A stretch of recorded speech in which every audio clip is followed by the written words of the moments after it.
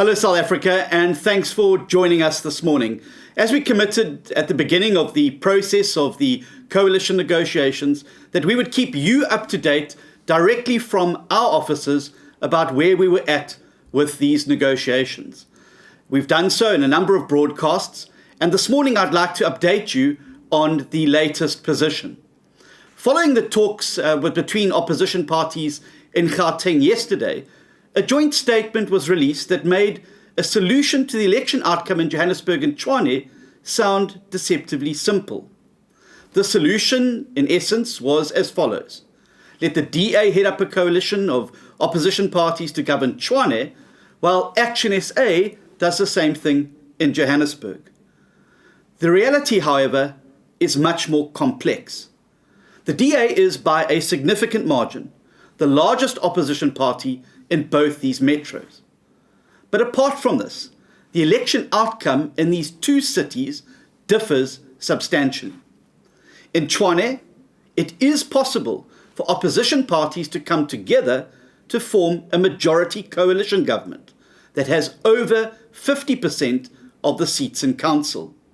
This means essentially that opposition parties can form a stable coalition, pass budgets, take decisions, and do other things without having to rely on the EFF.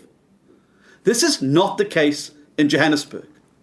For a start, the Inkatha Freedom Party and the Patriotic Alliance, that have a significant number of seats in Johannesburg, but not in Tshwane, have already stated that they will vote with the ANC. Without the 15 seats of these two parties, it is impossible for the other opposition parties to form a majority coalition without the support of the EFF. In other words, even if we do put together a minority coalition government in Johannesburg, the EFF would have to vote with us in order to enable us to take important decisions, pass budgets, and bring stable government. The coalition will always, therefore, be subject to the whims and demands of the EFF. The EFF has already said that they intend to stay outside the coalition and merely give us their vote when we do things that they agree with. So inevitably, the EFF tail will wag the coalition dog in Johannesburg. Some people argue that it's worth taking this risk. They say that we need a bold new move in politics to keep the ANC out. However, there is nothing new or bold about this proposal. We in the Democratic Alliance tried exactly this after the 2016 election. We took the risk of being in minority coalitions supported by the EFF, which failed spectacularly. Back then, we put together opposition coalitions in Johannesburg and Tshwane, neither of which had enough council seats to get over the 50% threshold of the vote. The EFF did not join those coalitions, but offered their support on a case-by-case basis. In both these cities, our minority coalitions had to rely on the EFF to get the majority we needed to govern. This resulted, as history has shown us, in chaotic, unstable governments in which smaller parties switched sides and power kept changing hands. In Johannesburg in particular, Herman Mashaba, who was still a DA mayor, understood that in order to remain mayor, he had to dance to the EFF's tune. Even Julius Malema, the leader of the EFF, acknowledged that Herman essentially became the EFF's mayor. Now, that may have been a bonus for the EFF, but it was disastrous for everyone else. The election result in 2021 is different from 2016 in only one significant respect.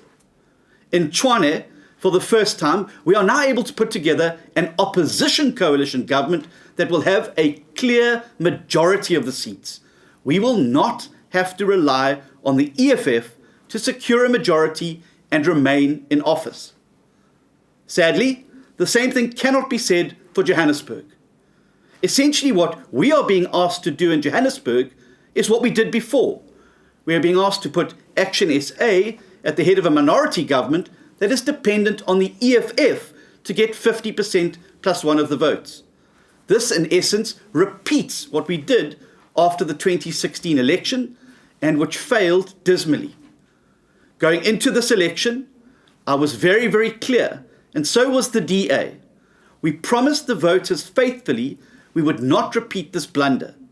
We have consistently said that we would rather be a good, strong opposition than in an unstable, chaotic, unprincipled coalition that has to kowtow to the EFF to stay in office.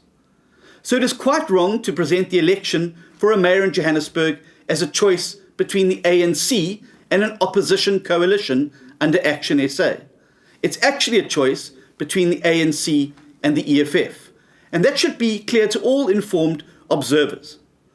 In the midst of the current confusion, we have an obligation to think clearly.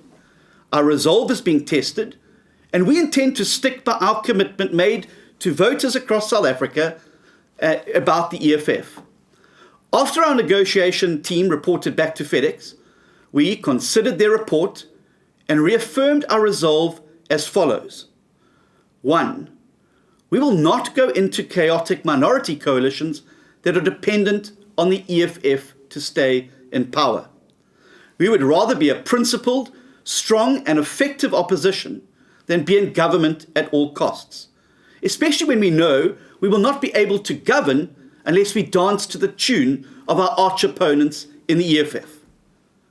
Thirdly, we respect the will of the voters, and where we enter into opposition coalitions that have a chance of succeeding, we will support a representative of the largest party as the mayoral candidate, as we've done in Breedevallei and other municipalities in Cedarburg. We will not be part of any voting bloc that is dependent on the EFF. Now, none of this should come as a surprise to anybody. We've repeated these commitments consistently since the failure of the 2016 minority coalition governments. We emphasized them throughout the 2021 campaign. The DA is a party that learns from its experience. We are also a party of our word. Now is the time to demonstrate both. On Monday, the Democratic Alliance will present our mayoral candidate, Mpho Phalatse, to election as Johannesburg's mayor at that inaugural council meeting. On Tuesday, we will present the DA mayoral candidate, Randall Williams, for election as Tshwane's mayor at the inaugural council meeting in that city. While both these meetings will constitute a milestone in South Africa's political development, they do not signal the end of the road.